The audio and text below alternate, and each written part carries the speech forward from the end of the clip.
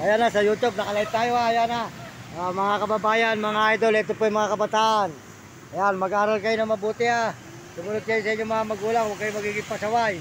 Sumunod kayo sa inyong guro para magandahin yung magiging kinabukasan sa buhay na hindi kayo makatikim ng hirap. At tatawag kayo lagi sa Panginoon Diyos. Ano eh? At hanguin nyo ang magulang nyo sa hirap.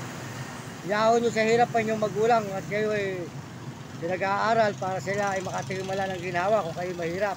Ngayon, kayo na may mayaman, bahala ka na kung may sota ka na. Ganun yun. Joke lang.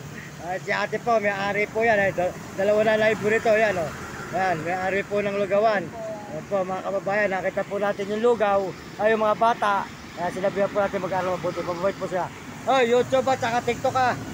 Mario Mendoza Vlog. Ayan, mga kabataan po sa buong mundo. Mag-aral na mabuti para hindi kayo makatikim ng hirap. O, mga anak. O, ayan, mag-aral kayo mabuti ha. Mario Mendoza Vlog. Pakipalo lang nyo sa YouTube. Ayan, mga kababayan ko, mga kaibigan. Nandito tayo sa tindahan ni ate. Kumakain po tayo ng lugaw. Ito ate, pagtatagalin ko ano eh. Para siya naman yung brewer natin sa ibang bansa. Napapanood pa ng mga Amerikano niyan. Ayun, sir. O yan, anak mo yan. Anak mo, ayan o.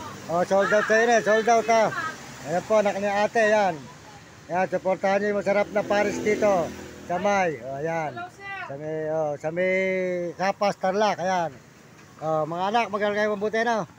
Ayan, ang si ate po, ayan, mabait po si ate, ayan o. Ayan.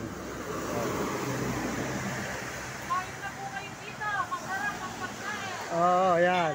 Masarap po, para yung pong yung luto ni ate para kay Diwata. Ayan. Kilala mo ba si Diwata? Ate. Ayan. Paano rin ito? Dalawa na ito ha. Kilala mo si Diwata?